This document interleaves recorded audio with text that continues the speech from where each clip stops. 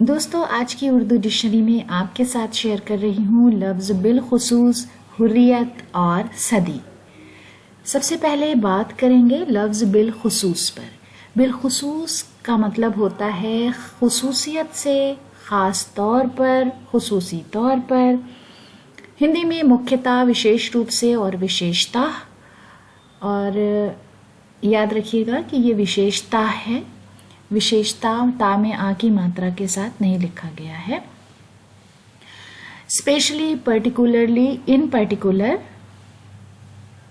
مثال کے طور پر گھومنے کے لیے ہر جگہ خوبصورت ہے، بالخصوص ساحل کا کنارہ تو بے حد حسین معلوم ہوتا ہے۔ خاص طور پر مکھیتا۔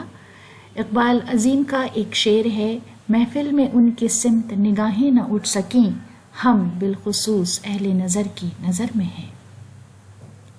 اس کے بعد لفظ حریت۔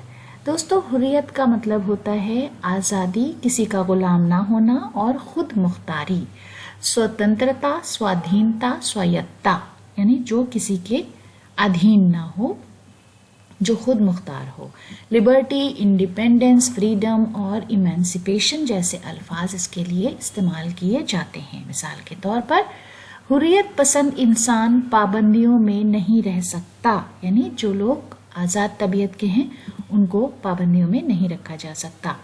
دانیال تریر کا شعر ہے، نہیں ہے حریت کی کوئی قیمت مگر پنجرے کی قیمت 400 ہے۔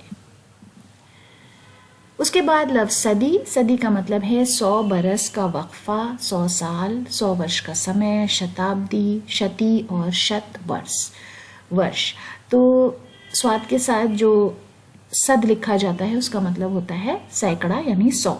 سینچری، سینٹینیل جیسے الفاظ اس کے لیے استعمال ہوتے ہیں۔ مثال کے طور پر اس صدی کا انسان انسانیت بھول چکا ہے۔ عبید اللہ علیم کا شعر ہے، انسان ہو کسی بھی صدی کا کہیں کا ہو، یہ جب اٹھا ضمیر کی آواز سے اٹھا۔